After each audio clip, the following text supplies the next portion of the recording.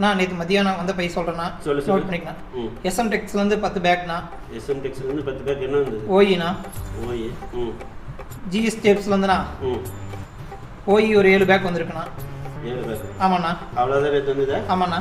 ஏன் அந்த மத்தியானம் ரேவதி டெக்ஸ்லேருந்து 7 பேர் இருந்தது? அது ரேவதி டெக்ஸ் வந்து அவனா சார் என்ட்ரி ஒர்க் மட்டும்தான். எப்போ பார்த்தாலும் இப்படியே பண்ணிட்டு அதுதான் கையோட கையோட எழுதி வைங்கிறது எது உள்ள வந்தாரு இப்படியே பண்ணிட்டு அந்த ஆள் வந்து நம்மளே ஏற்றுட்டு. சாரிங்கண்ணா, இனிமேல் கரெக்டாக என்ட்ரி போட்டு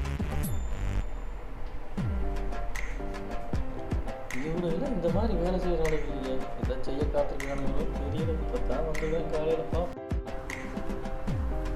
சரி சார். Good morning. எப்போ எல்லாம் கணக்கில் பார்த்துட்டு எனக்கு வந்ததா போயிருச்சா? பார்த்துட்டு எல்லாம் கரெக்டாக இருக்குது. நல்லா இருக்குங்களா? எல்லாம் பார்த்துட்டியா? பார்த்துட்டு எனக்கு ஒரு ஆஃபீஸ் மீட்டிங் வெளியில் இருக்குது. நான் போகிறேன், கொஞ்சம் இமீடியட் எல்லாம் பார்த்துக்கலாம். டெலிவரி கொடுக்கணும், அதை கொடுத்துட்டு என்ன அனுப்பணுமோ அதை அனுப்பிடும். பேங்க்குக்கு போயிடு.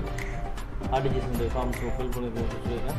ஆர்டிஜிஎஸ்க்கு சரி, அவங்க கொஞ்சம் அர்ஜென்ட்டான வேலைக்கு நான் போயிடலாம். சரி.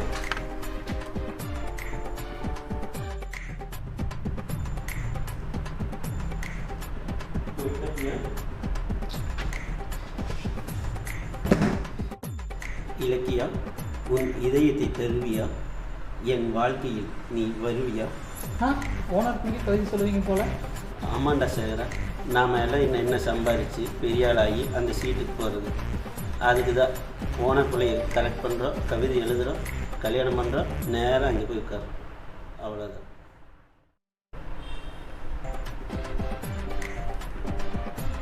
என் சொத்தெழுதி தருவியா? சேகரா, நீமா லைன் நல்லா இருக்குது.